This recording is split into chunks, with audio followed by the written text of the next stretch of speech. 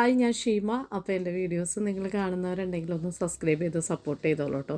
അപ്പോൾ ഇന്ന് കാലത്ത് തന്നെ എനിക്ക് കുറച്ച് ചെടികളൊക്കെ ഒന്ന് സെറ്റാക്കി നിർത്താമെന്ന് വിചാരിച്ചു. രാവിലെ തന്നെ ചെടികളുടെ ഇടയിലേക്ക് ഇറങ്ങി കേട്ടോ. അങ്ങനെ കുറേ ഇലകളൊക്കെ കട്ട് ചെയ്ത് മാറ്റി. അപ്പോഴാണ് പുതിയ ഇലകളൊക്കെ വരിക. പിന്നെ കുറേ ഇങ്ങനെ ആകുമ്പോൾ കാട് പോലെ നിൽക്കുമ്പോൾ രസം ഉണ്ടാവില്ല കാണാനായിട്ട്.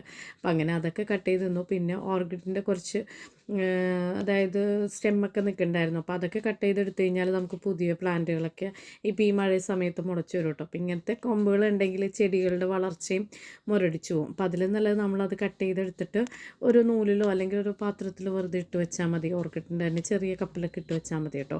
അപ്പോൾ ഇത് സാഫ് കലക്കി എടുത്തിട്ടുണ്ട്. അത് നമ്മൾ എല്ലാത്തിലും പുരട്ടി കൊടുക്കുന്നുണ്ട്. കട്ട് ചെയ്ത പോർഷനിലും അതുപോലെ തന്നെ ആ സ്റ്റെമ്മിൻ്റെ അറ്റത്തൊക്കെ പുരട്ടി കൊടുക്കുന്നുണ്ട്. ഫംഗൽ ഇൻഫെക്ഷനൊക്കെ കുറയ്ക്കാനാണ് അങ്ങനെ നമ്മൾ ചെയ്യുന്നത്. അങ്ങനെ ആ കലേഡിയം ഇപ്പോൾ മഴയത്ത് പൊങ്ങി വന്നാട്ടോ. ഞാൻ പോയെന്ന് കരുതി വിഷമിച്ചിരിക്കണേന്ന്.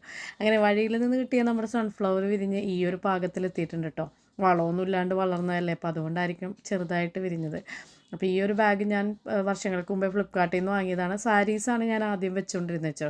അപ്പോൾ ഞാനോടത്ത് ഈ കംഫർട്ട് അതിനകത്ത് എന്തായാലും മടക്കി വെക്കാം, ഒതുങ്ങിയിരിക്കുക. അല്ലെങ്കിൽ വെസ്റ്റേൺ എപ്പോഴും തുണിയെടുത്ത് കഴിയുമ്പോൾ ഈ ബെഡ്ഷീറ്റ് എപ്പോഴും ഇങ്ങനെ മറിച്ചും തിരിച്ചു വിടും. അപ്പോൾ ഞാനോടത്ത് ബെഡ്ഷീറ്റുകളെല്ലാം ഇങ്ങനെ ബാഗിലാക്കി വെക്കുക. അപ്പോൾ ഇത്തിരി കൂടി ഈസി ആയിരിക്കുമല്ലോ എന്ന് കരുതി. വെസ്റ്റേണാണ് ഈ കുഷ്യനൊക്കെ ഇവിടെ അങ്ങാടും ഇങ്ങാടും ഇട്ട് മറിച്ച് മേത്തൊക്കെ വെച്ച് ടി വി കാണുമ്പോഴൊക്കെ എനിക്കത് കാണുമ്പോൾ ഭയങ്കര ദേഷ്യമാണ്. അപ്പോൾ ഞാനോർത്ത് എന്തായാലും നമ്മുടെ ട്രൗസറിൻ്റെ വള്ളിയൊക്കെ ഉണ്ടാവില്ലേ പിള്ളേരുടെ, അപ്പോൾ അല്ലെങ്കിൽ ഷൂവിൻ്റെ ലേസോ അങ്ങനെ എന്തെങ്കിലും എടുത്തിട്ട് നമുക്കത് ഇതുപോലെ സൂചി നൂല് വെച്ചിട്ട് നമുക്ക് തയ്ച്ച് വെക്കാം. ഒരു 5-6 നോട്ട് ഇട്ട് കഴിഞ്ഞാൽ നല്ല ടൈറ്റായിട്ട് തന്നെ ഇരുന്ന് കഴിഞ്ഞാൽ പിന്നെ പൊട്ടിപ്പോകത്തില്ല കേട്ടോ. അപ്പോൾ അതിനകത്തേക്ക് കെട്ടി വെച്ചു. വൈകുന്നേരം ആയപ്പോഴത്തേക്കും കുറേ ദിവസം ഇവർക്ക് എന്തെങ്കിലുമൊക്കെ ഉണ്ടാക്കി കൊടുത്തിട്ട് അപ്പോൾ ഞാനോർത്ത് മുട്ടക്കുഴപ്പം ഉണ്ടാക്കാമെന്ന് വിചാരിച്ചു.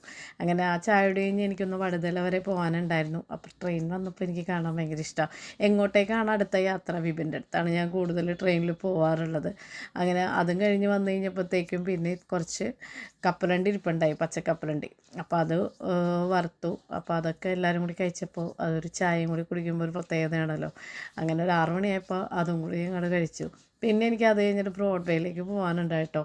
പിന്നെ ഇത് ഞാൻ മേടിച്ചിട്ട് ഒരു 5 വർഷമായിട്ടോ. എനിക്ക് ഭയങ്കര ആഗ്രഹിച്ച് മേടിച്ചതാണ്. അപ്പോൾ ഞാൻ ദുബായിൽ പോയപ്പോൾ അവിടെ നിന്ന് മേടിച്ചുകൊണ്ട് വന്ന എപ്പോഴും തുടച്ച് ഞാൻ നല്ല കുട്ടപ്പനാക്കി വെക്കും. ഒരു 5-6 വർഷമായിട്ടുണ്ട് എന്തായാലും ഞാൻ പോയി വന്നിട്ടെന്ന് എനിക്ക് തോന്നുന്നു.